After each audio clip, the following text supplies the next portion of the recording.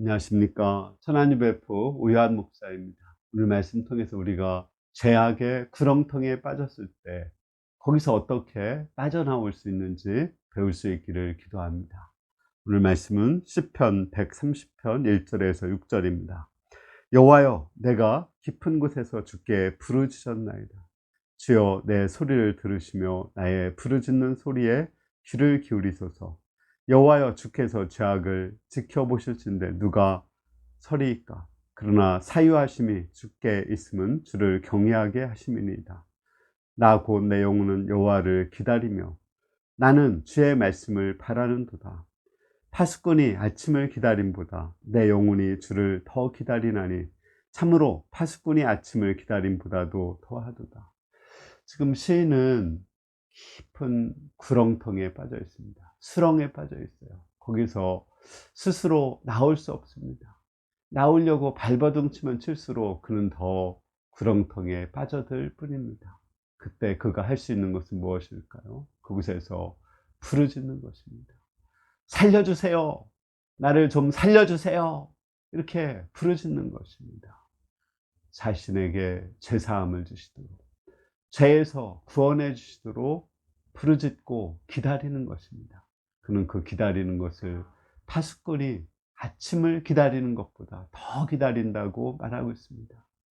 파수꾼이 저녁에 이제 경비를 쓰는 거죠. 그 밤새, 지금은 뭐 이렇게 1시간마다 교대로 경비를 쓰지만 그 당시는 밤을 새워서 경비를 쓰는 거예요. 그러면 끊임없이 피곤하고 졸음이 엄습합니다. 근데 거기서 졸면은 어떻게 되나요? 그러니까 적에 의해서 목숨을 잃게 됩니다. 자기만 목숨을 잃는 것이 아니라 이렇게 자기가 지키고 있는 아군들이 전부가 죽임을 당합니다. 그가, 파수꾼이 할 수 있는 것은 아침에 오기를 기다리는 것입니다. 아침에 오면은 이제 그는 그 파수꾼의 그 고통, 졸음을 쫓는 그 고통에서 벗어날 수가 있습니다. 시인은 그것보다도 더 간절하게 생명을 걸고 목숨을 걸고 주님께서 자기를 건져 주시기를 기다리고 있습니다. 사실은 하나님께서 이미 그의 죄를 용서하신 것입니다. 이렇게 주님 용서해 주세요, 이렇게 간절히 우리가 기도한다고 해서 주님이 용서해 주시는 것은 아닙니다.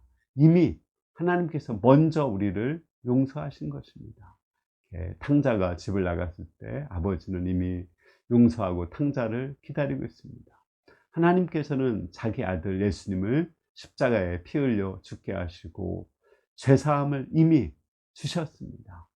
그리고 아담이 회개하기 전에 먼저 구원의 씨를 약속해 주셨습니다. 하나님의 용서의 사랑이 먼저고 용서받는 것은 나중인 것입니다. 그러면 시인이 이렇게 용서해 달라고 간절히 정말 눈이 빠지도록 기다리는 것을, 부르짖으며 기다리는 것을 어떻게 이해해야 될까요? 이것은 하나님의 용서가 마음에 임하도록 기도하는 것입니다. 그에게 진정한 회개가 이루어지고 하나님의 사랑이 그의 마음속에 깨달아지도록, 소자야 안심하라, 내 죄사함을 받았느니라. 여자여, 나도 너를 정죄하지 않는다. 이렇게 말씀하시는 주님의 음성이 개인적으로 들려오기를, 그 주님께서 그 용서하셨다는 그 확신이 그 내면의 성령으로 임하기를 간절히 기도하는 것입니다. 진실되게 회개하기를 기도하는 것입니다. 그렇게 주님의 음성이 자신에게 들려올 때 그는 그 죄에서 벗어날 수 있고 수렁에서 빠져나올 수 있고 그는 자유와 해방을 맛볼 수 있습니다.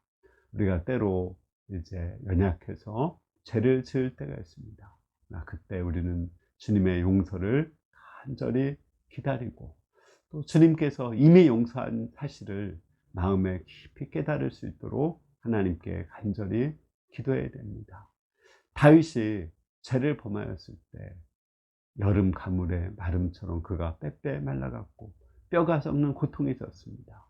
그러나 그가 하나님 앞에서 그 용서의 사랑을 깨닫고 회개했을 때 그는 그 수렁에서 벗어날 수가 있었고 수렁에서 빠져나올 수가 있었습니다.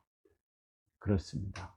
우리가 이미 용서하신 하나님의 사랑을 깨달음으로 죄악의 구렁텅이에서 빠져나와서 용서의 자유함, 또 사죄의 은혜, 또 그 용서받은 자의 그 기쁨을 우리의 삶 속에서 맛보고 마음껏 하나님을 찬양하고 하나님을 사랑하고 하나님을 경외할 수 있기를 기도합니다. 감사합니다.